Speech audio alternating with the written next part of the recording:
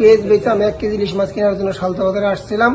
এসে দেখি যে 12 থেকে 1400 টাকা ইলিশ মাছের কেজি। ফরিদপুরে পেঁয়াজের দাম নিম্নমুখী।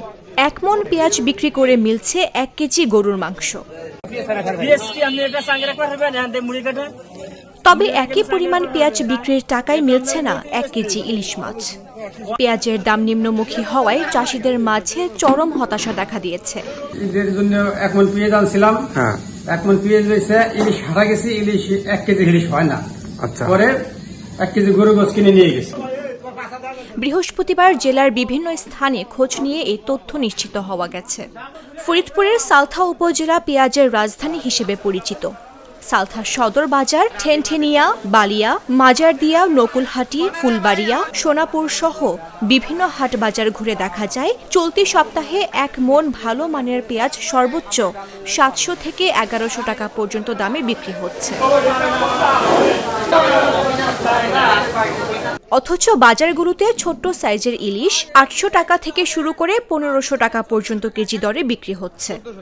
সেক্ষেত্রে একজন কৃষক 1 মণ পেঁয়াজ বিক্রি করে 1 কেজি ইলিশ কিনতে পারছেন না। আবার 1 কেজি গরুর মাংস বিক্রি হচ্ছে 750 থেকে 850 টাকা কেজি দরে। আমি 2 মণ পেঁয়াজ নিয়ে এসেছিলাম সালতার বাজারে বেচার জন্য।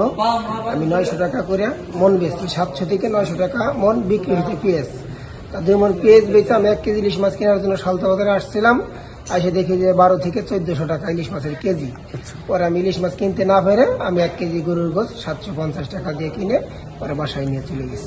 আসলে তো আমাকে 1 মণ পেঁয়াজ ফলাইতে 2000 টাকার উপরে খরচ হয়। উপজেলা কৃষি অফিস সূত্রে জানা গেছে, চলতি পেঁয়াজ মৌসুমে উপজেলার 8টি ইউনিয়নে পেঁয়াজ আবাদের লক্ষ্যমাত্রা 11,250 হেক্টর।